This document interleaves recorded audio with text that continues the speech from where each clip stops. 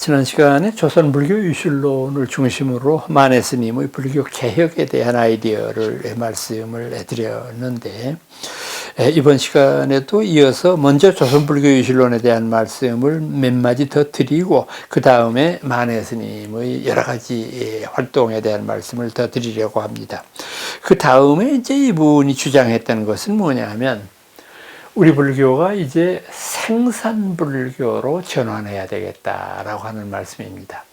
생산불교라고 하는 말은 뭐냐면, 그 당시의 불교는 신도들의 시주에 의해서 운영되고 있잖아요. 근데 이 신도들의 시주에 의해서 운영되는 것은 한계가 있습니다.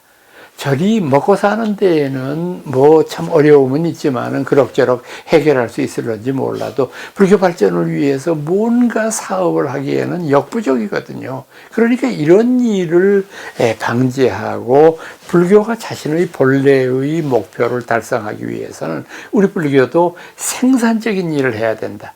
이건 어떤 의미로 보면은 과거에 중국의 백장선사가 제안했던 노동불교와 일치하는 것이죠.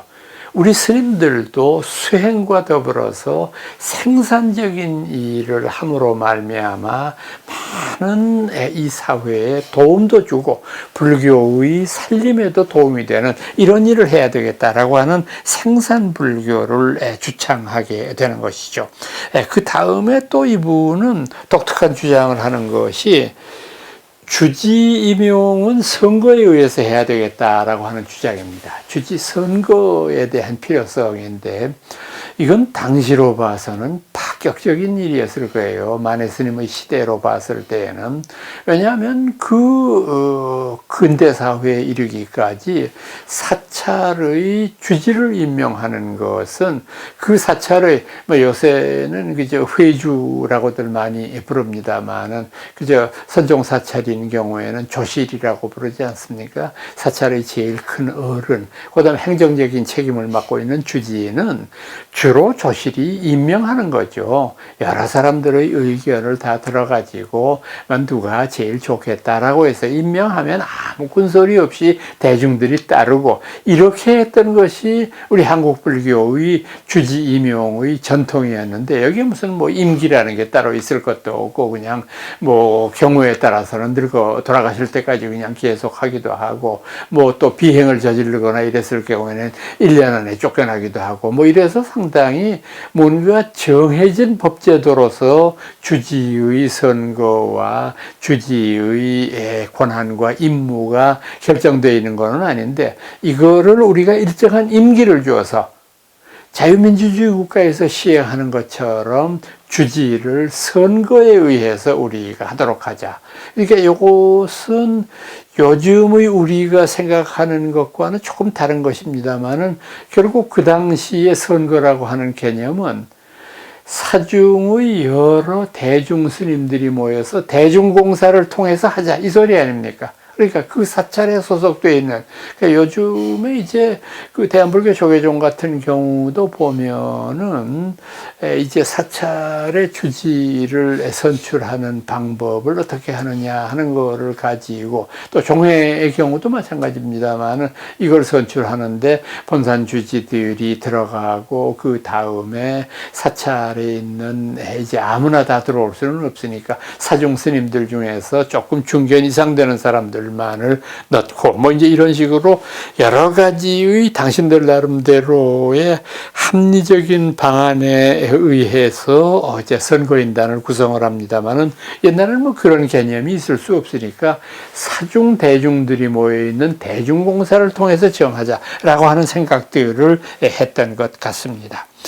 이분이 가장 이제 우리들에게 널리 알려진 계기가 되는 독립운동은 바로 3.1 운동의 불교계의 주체였다고 하는 점이죠. 이 3.1운동이라고 하는 것은 당시의 종교계에서 전부 다 모여서 일종의 이게 어떤 의미로 보면 종교운동이라고 볼 수 있을 정도로 천도교를 필두로 해서 개신교와 또 우리 불교를 포함한 여러 종교들이 단합이 됐던 그런 예인데, 이분은 참 그 당신이 아마 그 33인들이 모여서 이제 그 독립선언문 같은 것을 기초하고 뭐 했을 때 지금 기록이 정확하게 남아있지는 않습니다만은 지금 현재 우리가 보고 있는 기미독립선언문이라고 하는 것은 육당 최남선의 글로 알려져 있지 않습니까? 근데 이제 이 만해 한용운 스님이 그 글이 조금 못마땅하셨던가 봐요. 그래서 당신이 쓰겠다고 이제 그 고집을 부렸는데 여러 그 모인 그 33인들이 아유 스님 좀 참으시라고, 이건 뭐 물론 뭐 참 그 좋은 글이 나올 수 있겠지만은 지금 그 글 문맥을 가지고 따질 때가 아닙니다. 이제 이렇게 얘기를 하니까 마지못해 만해 스님이 양보하시면서 그러면 내가 마지막에 나오는 공약 3장을 쓰도록 하겠다. 내가 마지막에. 그래서 거기 보면 여러분들 그 고등학교 다닐 때 배우셨죠? 뭐 최후의 1인까지 무슨 최후의 일가까지 뭐 해서 공약 3장을 그 써서 우리가 기미독립선언문의 제일 뒤편에 있는 걸로 이해를 하는데, 이게 바로 만에 한용운 스님이 얼마만큼 이 독립운동에 대한 열의가 있었느냐라고 하는 것에 대한 이제 그 반증이 될 수 있을 것이고, 이분의 이제 여러 저술 활동 가운데 여러분들이 기억하시는 문학자로서의 만해 한용운, 그분이 그 위대한 시집 님의 침묵이라고 하는 것을 출간한 것이 1925년입니다. 그러니까 아주 이분이 연부 역강하던 시절의 시인으로서 이제 우리 문단에 등단을 합니다만은 참 만해의 시, 여러분들은 어떠신지 몰라도 우리 그 고등학교 교과서에도 님의 침묵도 실려 있고 나룻배와 행인 이런 것도 실려 있고, 그 님의 침묵이라고 하는 그거의 시집을 보면 그것 이외에도 참 그 존경할 만한 그 많은 시들이 있는데, 저는 그분의 그 님의 침묵 속에서 자유라고 하는 시를 참 좋아하는데, 그거는 이렇게 쓰고 있습니다. 남들은 자유를 좋아하지만 나는 자유를 좋아하지 아니하여요. 만약 당신이 내게 남을 섬기라고 한다면 그것만은 제가 따를 수 없어요. 왜냐하면 남을 따르면 당신께 내가 복종할 수 없는 까닭입니다. 남들은 자유를 좋아하지만 나는 복종을 좋아해요. 이런 시 구절인데, 이때 이분에게 이제 우리가 늘 화두가 되는 건 아마 여러분들 고등학교 다닐 때도 많이 귀에 못이 박히도록 배우셨을 거예요. 님의 침묵에 나오는 님이 뭘까? 조국일 수도 있고 부처님일 수도 있고, 님이라고 하는 것이 우리의 조선 백성들일 수도 있고, 이런 여러 가지의 아름다운 그런 이 함축적인 의미를 가졌지만, 이 님의 침묵이라고 하는 아름다운 시집을 통해서 이분은 본격적인 불교 시인으로서 우리나라에 등단을 하게 되고요.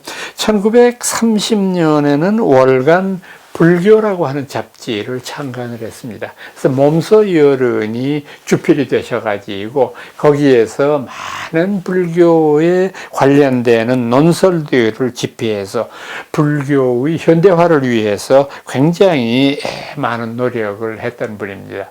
참 이분은 어떤 의미로 보면은 이 육당 천안선 또는 춘원 이광수와 더불어서 만해 한용운, 참 우리나라의 3대 위대한 문장가일 뿐만 아니라 앞에 두 분이 조금 이 문필가적인 소심함으로 일관한 데 반해서 이분은 끝까지 3.1운동을 주장하고 또 그것에 이제 붙잡혀서 옥살이를 3년 이상 하셨어요. 종로경찰서에서 3년을 하시면서 참 이분이 남긴 일화가 여러 가지 있습니다만은, 사실 제 입으로 이런 말씀 드리기가 참 불편하기는 합니다만은 33인 중에서 다른 많은 분들은 일제의 고문과 이제 그 투옥 중의 회유에 의해서 많이 전향한 분들이 계세요.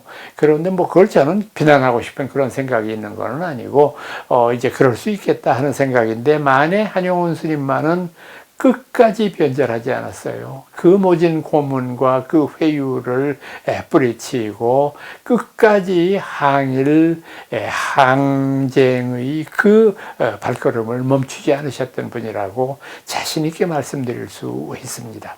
다만 만에 한용운 스님에게도 한두 가지의 문제는 있는데, 우선 오늘날까지도 문제가 되고 있는 취처 문제입니다. 그 어른이 결혼을 하셨거든요. 그러니까 이제 이분은 이제 스님들이 너무 이렇게 독신만을 고집한다고 하는 것은 현대의 포교에 있어서 장애가 될 수 있다. 이제 이런 주장을 펼치셨는데, 그것 때문에 이제 이분이 독신을 고집하는 이런 비구승단에서 이 어른이 과연 그 취처하는 일이 정당한 것인가, 뭐 이런 그 주장들을 하게 되는데, 사실 저는 이 문제는 그 당시의 시대 상황을 생각했을 때 납득할 수 있다고 생각을 합니다. 그 당시의 불교가 지리멸렬하는 상황 속에서 어떻게 하면 불교를 발전시키느냐 하는 그 하나밖에는 목표가 없었던 분인데, 그래서 그런지 요새도 보면은 여러 큰 스님들 보면 만해 한용운 선생이라고 그러더라고. 그러니까 이제 스님 소리를 붙이기가 싫은 거죠. 그런데 저는 그분들 들으라고 힘주어서 말합니다. 만해 한용운 스님 참 훌륭한 분이에요. 결혼을 했고 결혼을 안 했고 하는 문제를 떠나서 이분은 진정한 애국자고 진정한 불교 신도이고 진정한 스님이었습니다. 그래서 이 만해 한용운 스님으로 말미암아 일제 때 우리 불교는 그나마 백지를 면할 수 있었다고 생각합니다.